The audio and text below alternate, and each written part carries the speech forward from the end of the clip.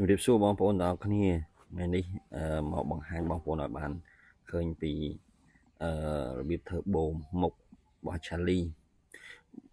បូមឆាលីនេះគឺបូមកែបងប្អូនអញ្ចឹងប្រហែលជាអាចមានបងប្អូនខ្លះជាងឬក៏ខ្លះទៀតគាត់អត់ឯដឹងថាកែបូមឆាលីយ៉ាងម៉េចទេយើងគ្រាន់តែយកទុកអាស្នុកនេះស្នុកក្បាលបូមនេះយកមកកាត់ដាក់ជាមួយដែក25លីអានេះខ្ញុំកែលុបមុនម្ដងហើយខ្ញុំកែលុបមុនម្ដងហើយប៉ុន្តែឥឡូវបូមវាខូចដងបូមវាលាកខ្ញុំបដូរបូមវាអញ្ចឹងបងប្អូនមានស្នូលដែក25លីក៏បានមានដងបូមចាស់ក៏បានដែរតែដងបូមចាស់មកយើងកាត់ខណ្ឌកាត់ដាក់ក្បាលប្រឡងខាងលើកាត់វាប្រហែលជាងទឹកខ្ទង់មកទឹក8ខ្ញុំភ្លេចដែរតែខ្ទង់ឲ្យមកទឹក8បងប្អូនដាក់ស្នូលមកមុំមកបូមចូលហ្នឹងទៅហើយសាកប្រឡងក៏បានបើមានដែក25លីយើងចោះរុនវា10លីតរោវាទៅបាទនោះដុំដែកហ្នឹងនៅនឹងថាហ្នឹងខ្ទង់មកជាមកទឹក8អីប៉ុណ្ណឹងឯង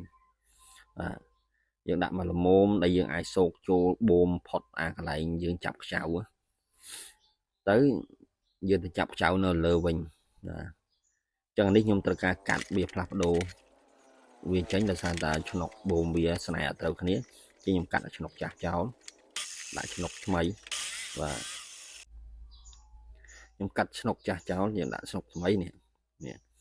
មានរោប្រឡងមួយមកពូឆ្នុកវាមានក្បាលសោតាន់ណាចឹងយើង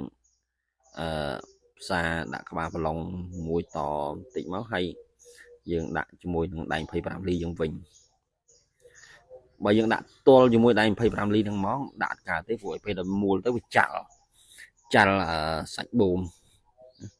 ចឹងយើងត្រូវមានកម្លៀតមកលើបន្តិច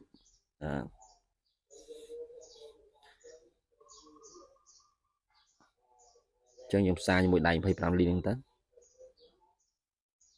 ដាច់វិញហើយ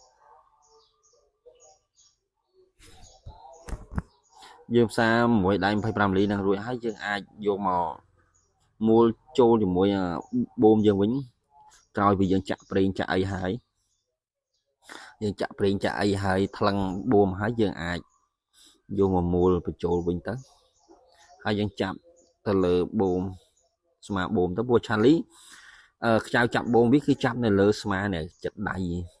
ដៃចកោហ្នឹងវិញអញ្ចឹងជាងគាត់ដឹងហើយថាយ៉ាងម៉េចគឺចៅចាប់នៅខាងលើអ្នកខ្លះទៀតគាត់អត់ធ្វើកែអញ្ចឹងទេគាត់កែចាប់ប្រឡងស្លាប់ជាហៀងដល់គាត់ប្រើឡតប៉ុន្តែខ្ញុំអត់ប្រើអញ្ចឹងទេខ្ញុំ